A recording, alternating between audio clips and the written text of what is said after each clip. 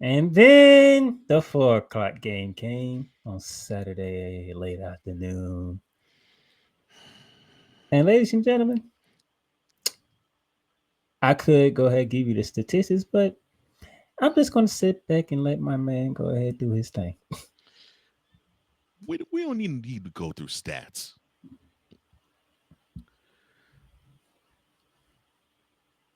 You put forth a wonderful game plan, and in the first half, you, talking about Texas, you allowed Georgia to gain only a field goal.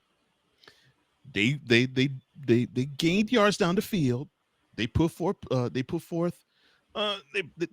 drives, but you were able to stop them enough to where they actually had to settle for field goals or stop them before they got deep within your own territory and you forced them to punt. You had the opportunity to put your foot on their throat in the first half. And what do? You squander it offensively by just settling for field goals and making mistakes offensively. I'm like, you can't do this with this team. You got to take all full advantage of it. And then the defense did what they were supposed to do, exclamation point wise. Now, I'm not a fan of rooting for injury. I don't, I don't say yes when someone gets injured because that's what happened to Carson Beck. Last play of the first half for Georgia, Beck goes back to pass. There's a sack. There's a sack strip fumble that was recovered by Texas, and Beck was just buried, throwing shoulder to the ground. Now, normally this would be where you would want this to be a deflating moment for Georgia if you were Texas, but you had to go in the locker room at the half up 6-3 and say, we are only 50 miles away from where the University of Georgia rests and resides. So this basically is a road game for us. Yes, I know this is a neutral site game because it's in Atlanta and this is for the SEC championship. And our goal was to come here for the very first year in the SEC and claim this and mark this our territory. And we did a good job of the regular season because we only lost one game. And guess who that one loss was to? Is to the team that we only allowed a field goal to in the first half. So you allowed only 3 points to them and you knocked the starting quarterback out. Now, we should not feel as though the game is over and we should throw a ticker tape parade yet, because normally, well, just think about us. We have Quinn Ewers, the quarterback, and if he goes down, you rally harder around Arch Manning, correct? Well, think the same thing when they put Stockton in because they're going to rally around him. But no, Mr. Steve Sarkisian was thinking, I think this is fine. I'll just jaw with the refs and say, look, there's too much favoritism with Georgia and with these flags you're throwing. I'll just jaw with them. The game plan is fine, and didn't adjust word jack. And what does Georgia do? Well, as a team that has a championship pedigree would do, they came out full guns blazing, just like a tested SEC team would do, and they marched down the field. They scored 7 points. They looked much better in one drive. They looked much more imposing in one drive than they did the whole first half. And they had you play catch up the rest of the way. It pisses me off because this game was yours, but you decided to play with Georgia. You decided to play with them Bulldogs like you were a 2-year old wanting to go through a meal. Like it was like, oh, this is cute. Oh, what's this? Oh, it feels soft and gushy. Of course, you're holding pasta. Oh, this feels so soft and gushy. Let me toss it. You played with Georgia like you were a newborn playing with food. And when you play with food, you don't get the nutrients necessary and you hurt yourself. So you played with Georgia and you hurt yourself. And then when they scored that touchdown to go up 10-6 on you, you played on your heels and you played from behind the rest of the way. and you were satisfied to play from behind the rest of the way. So for the exception of a touchdown and early in the fourth quarter to tie the game at 13, the offense was pitiful. Oh, but not to be outdone, the special teams was even more pitiful because you missed two field goals. If you made one of them, we'll be talking about Texas being the number 2 seed instead of not being the number 2 seed. So I'm not going to be like many of these other fans of teams where it's like, we got cheated out of our game. No, no, this, no. Texas's defense did exactly what they were supposed to do. They got the assignment. They held a powerhouse Georgia team that managed to score 44 points week before against a pretty good and pretty stout Georgia Tech team. Yes, I know it took 8 overtimes to do it, but still, 44 points in the game. You have to make note of that. They took a team that scored 44 points 1 week prior, and they held them to 16. The defense got the assignment, Sarkeesian, but your offense did not, and obviously you didn't because your offense needed a spark. Quinn Ewers, I love the kid, but he just ain't it. I'm sorry. In the biggest of games, he comes up shorter and smaller than mini me. And this is what happens. He came up short when you played him in Austin, and he came up short when you played him again in Atlanta. So it didn't surprise me that the outcome of this was 22-19. Didn't surprise me at all. Didn't surprise me at all because by the time Georgia scored the 6 points in overtime, the defense was gassed. And they should have been gassed because it was up to them to actually make this a game. Otherwise, it would have been a rout and not the one that you want. It would have been the one that you would not want. It would be the one that you pretty much saw familiar. You would be familiarizing yourself with that you saw 6 weeks prior at your own home stadium. The defense did its job. The offense did not. And you had a kid to me on the sideline where you saw with Georgia it happened because they rallied around Stockton and they they gassed him up and they gave him the confidence to win a big time game. You could have done the same thing, especially with Ewers, who he was going to a target the first and the second and the third quarter, but decided to not even go his way or even look his way in the fourth and forced passes elsewhere. That game was yours. And Sarkeesian, I hold you personally responsible for that L.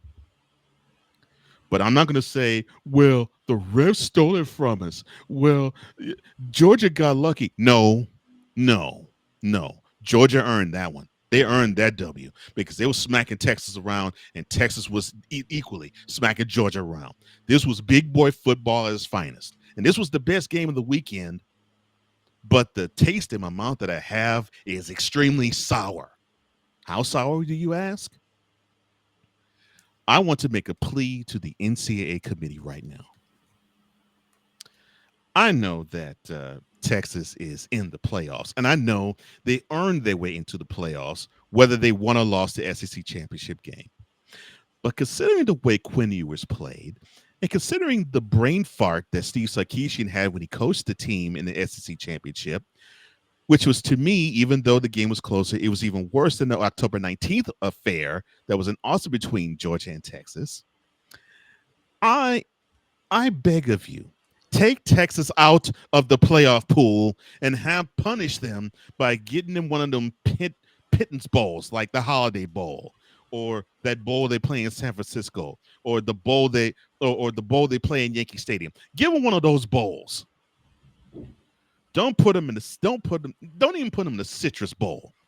Put them in the peach, the peach, the orange, the sugar, the rose, whichever one is not involving a playoff team, cotton or the or the any of the six that does not have playoff implications upon it. Put Texas in one of those bowls and have it not be for a national championship implications. Have it be since you can't beat a team twice, you need to not even play for a national championship.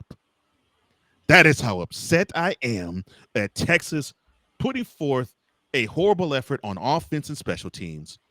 The defense, I'm proud of. But congratulations to Georgia. You earned that W. And you deserve to be SEC champs because what you did, you rallied around that kid, Stockton, and he awarded you with a big time touchdown to put you up in the game and the big time touchdown. Oh, the run to set up the touchdown where he got popped in overtime. Stones. Stones, my brother. Stones. And he set you up for a W. You owe that young man a big time congratulations because you would not have won that game without him being the one who was the key contributor to the win and the SEC championship that Georgia got. You done? No, one more thing. Get Ewers out. Start the process of Arch Manning starting for Texas now. Oh man, Now I'm done. I've been in the background laughing the whole time. I bet. And And I the fun, mean every single word you too. know what the funny thing Get is, him ladies out and of the gentlemen. playoffs. You know what the funny Get thing is, Texas out ladies the and playoffs. gentlemen. What he said, which I heard him say, is the exact same thing I messaged him. Because we see the game the same way. Like, we see the game the same way because I'm like, come on, man. You can't have Ewers make boneheaded decisions on the field like that. And on the other side, you actually see them rally around their backup QB. You mean to tell me that Texas could do the same thing with Arch Manning? I You mean to said, tell me they couldn't? I get you now. He'll testify. I texted him. I said, yeah, y'all deserve to lose this game because your I coach do. is more worried about how many holding calls his offense is getting opposed to Georgia. And you're right. We did. We did deserve to lose this game. And that was what infuriated me. I'm like, you're actually defensively playing this team right. I mean, defensively, you can't play this team better. You got a chance to win this game, not steal it, outright win it. But you're not focused on the game. You're focused on the referees. When he said that at halftime, I forgot who was in here. I think it was Lauren. She was like, "Yeah, I'm not gonna ask another question." They kick right over to the other side and talk to Kirby Smart. I was just like, I'm like, did he really just say that? Because Did he really just say? Hopefully, they'll get one of these holding calls. I'll put it to you this way, bro. What you said on the money.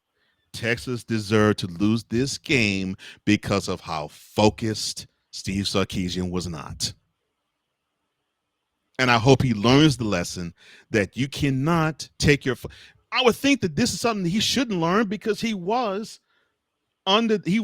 sit under the seat of King Nick Saban. I would think you would know you can't take your eyes off the ball. You got to focus on beating these teams, beating Alabama, beating Georgia, beating LSU, beating Florida when they're good, beating Tennessee.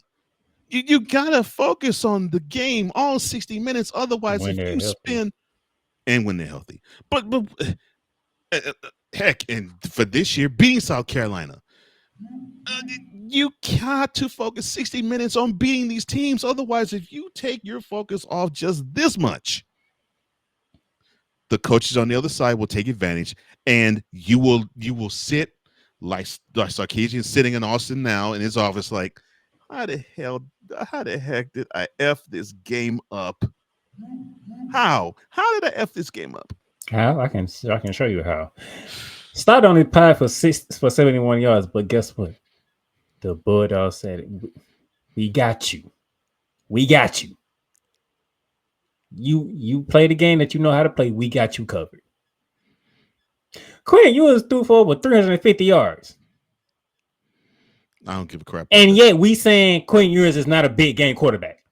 He's not.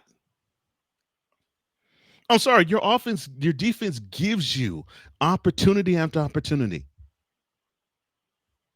By the way, where's the running game? They give you opportunity after opportunity, and this is how you reward the defense.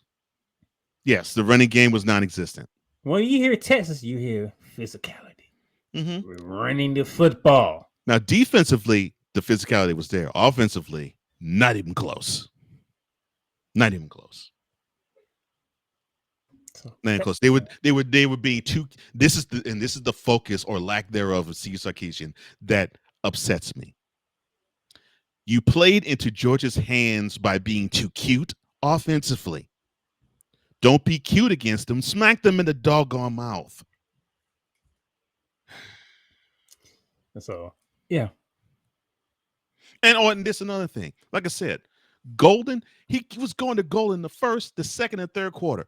I can't remember a pass he threw the goal in the fourth or overtime. I can't remember one.